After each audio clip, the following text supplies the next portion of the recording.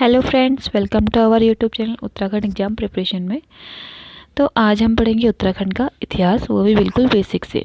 तो शुरू करते हैं आज के अपने टॉपिक उत्तराखंड का प्रागैतिहासिक काल को। इस काल में हमें मानव के निवास की पुष्टि व उनके कल्चर के बारे में जानकारी पुरातात्विक स्थलों से प्राप्त होती है, जहाँ से हमें गुफा, शैल चित्र, कंकाल, मृदभांड, धातु के उपकरण आदि पुरातात्विक तत्वों से प्राप्त होते हैं। तो दोस्तों, उत्तराखंड के पुरातात्विक स्रोतों की खोज का श्रेय किसको जाता है? हेनवुड को।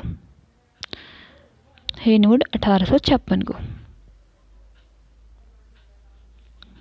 1856।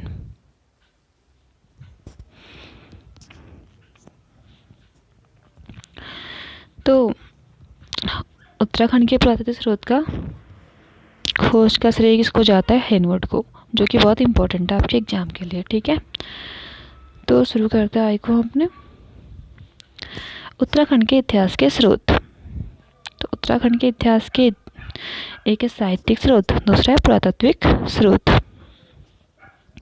साहित्यिक स्रोत में हमें मिलते हैं जैसे लोक साहित्य, धार्मिक साहित्य, यात्रा वृत्तांत, गैर धार्मिक साहित्य आदि।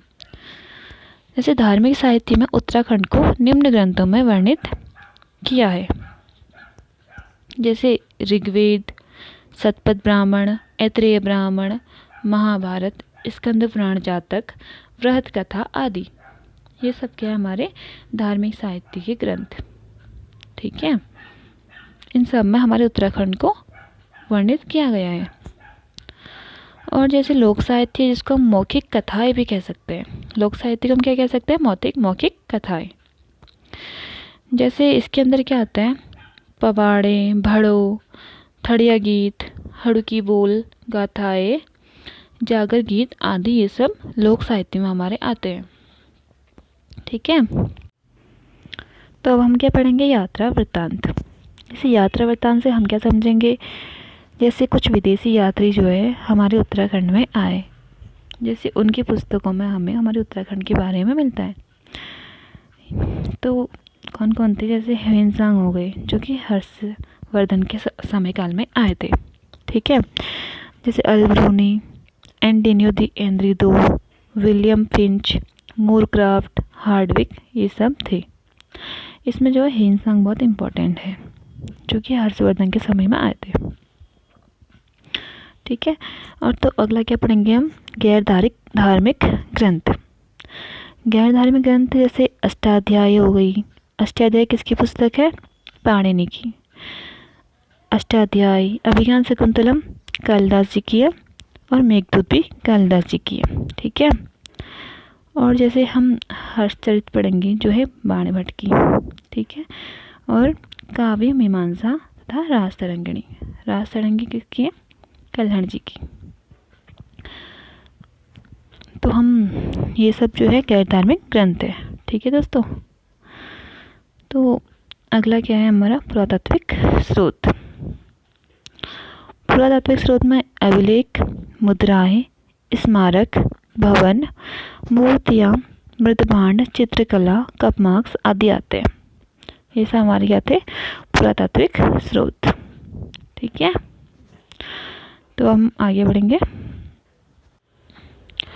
उत्तराखंड में ऐसे अनेक पुरातात्विक साक्ष्य प्राप्त होते हैं जिनके आधार पर यह निश्चित रूप से कहा जा सकता है कि यह क्षेत्र अति प्राचीन काल से मानवीय गतिविधियों से संबंधित रहा है। ठीक है, उत्तराखंड के इतिहास को दो चरणों में विभाजित किया गया, प्रागैतिहासिक काल एवं ऐतिहासिक काल। ठीक है, पुरातत्व की दृष्टि से मानव इतिहास का प्राचीनतम चरण क्या है? पाषाण युग। ये क्या है? पुरातत्व की दृष्टि से पाषाण युग है। और हाँ, मैं आपको बता दूं कि पाषाणकालीन अवशेषों की खोज जो है 1952 से 53 में डॉक्टर यशोधर मठपाल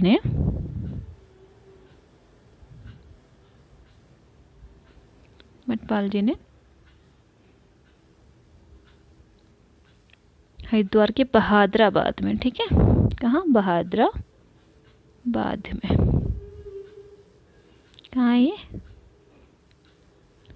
हरिद्वार में। इन्होंने यहाँ पाषाणकालीन अवशेषों की खोज की थी। कब की थी? 1952 से 53 में। ठीक है, तो इसको आप नोट कर लीजिएगा, ये आपके लिए इम्पोर्टेंट है। डॉक्टर मदन मोहन जोशी जो कि इतिहासकार है, उनके अनुसार इसे 3 चरणों में विभाजित किया है। निम्न पुरापाषाण युग, लोअर पैलियोलिथिक एज, मध्य पुरापाषाण युग, मिडिल पैलियोलिथिक एज, तथा उच्च पुरापाषाण युग, अपर पैलियोलिथिक एज। ठीक है, आगे बढ़ते हैं हम। अब क्या पढ़ेंगे? अब निम्न पुरापाषाण युग। निम्न पुरापाषाण युग के उपकरणों के प्रखंड में कालसी के निकट, यमुना नदी के कगार पर, श्रीनगर के समीप, अलकनंदा के कगार पर, तथा पश्चिमी रामगंगा घाटी अल्मोड़ा में, तथा खुटानी नाला नैनीताल में। कौन सा? खुटानी नाला नैनीताल में।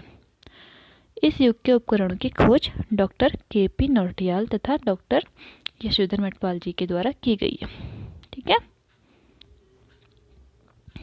ये क्या? निम्न पुरापाषाण युग। तथा गढ़वाल में ही श्रीनगर के समीप डॉक्टर के.पी. नौटियाल ने मध्य पुरापाषाण युग, मिडिल पैलियोलिथिक एज के उपकरण मिलने का दावा किया। ठीक है, इन्होंने किया डॉक्टर के.पी. नौटियाल जी ने। कहाँ? गढ़वाल के श्रीनगर में। जबकि उच्च पुरापाषाण युग एज के उपकरण मिलने की सूचना किसी भी पुराविद ने अभी तक सबूतों के साथ उत्तराखंड में नहीं दी है। यद्यपि हिमालय में अन्यत्र इनके मिलने की सूचना है, लेकिन उत्तराखंड में उपकरण मिलने की सूचना नहीं दी है किसी भी पुराविद ने अभी तक। कौन सी युग की? उच्च पुरापाषाण युग की। ठीक है, तो हम आगे बढ़ेंगे। प्रसिद्ध इतिहासकार डॉक्टर यशवंत सिंह कटोच सिंह के अनुसार डॉक्टर एम.पी. जोशी ने सन 1968 में अल्मोड़ा जिले के सुयाल नदी के दाएं तट पर स्थित लघु उडियार के शैलाश्रयी उत्तराखंड प्रागैतिहासिक शैलाश्रयी चित्रों की पहली खोज की थी। उत्तराखंड शैलाश्रयी प्रागैतिहासिक चित्रों की पहली खोज किसने की थी? Doctor MP. जोशी ने की थी 1968 में। Doctor MP. जोशी की इस महत्वपूर्ण खोज के उपरांत अल्मोड़ा जिले में ही फड़कानौली, फलसीमा, लुएताप, पेड़साल, कालामाटी एवं मनला पैनाली में भी शैलाश्रय मिले हैं। ठीक है, ये सभी कहाँ है? अल्मोड़ा में है। ये सभी शैलाश्रय हमें कहाँ मिले हैं? कालामाटी, दीनापानी पर्वत श्रृंखलाओं में। इनकी पूर्व दिशा में लगभग 15 किलोमीटर की परिधि में केंद्रित है। मतलब कि इन पर्वत श्रृंखलाओं की चारों तरफ केंद्रित है। ठीक है, जैसे गढ़वाल हिमालय में भी 2 शैलाश्रयों की खोज हुई है। जैसे एक है चमोली जिले के ग्वारखा उडियार अलकनंदा घाटी में, दूसरा है पिंडर घाटी के किमनी ग्राम में। एक जैसे गढ़वाल में हिमालय में 2 मिले हैं, जैसे एक हो गया ग्वारखा उडियार जो चमोली में, दूसरा है पिंडर घाटी के किमनी ग्राम में। ठीक है, तो जैसे अब तक जो है अल्मोड़ा में 1 दर्जन से अधिक शैलाश्रय प्रकाश में आ चुके हैं। मतलब काफ़ी अल्मोड़ा में शैलाश्रय प्राप्त हो चुके हैं। तो दोस्तों आज के लिए बस इतना ही। अगर आपको हमारा ये वीडियो पसंद आए तो वीडियो को लाइक तथा शेयर जरूर करें तथा हमारे चैनल को सब्सक्राइब करना ना भूलें। थैंक यू दोस्तों, आज के लिए बस इतना ही। Thanks for watching.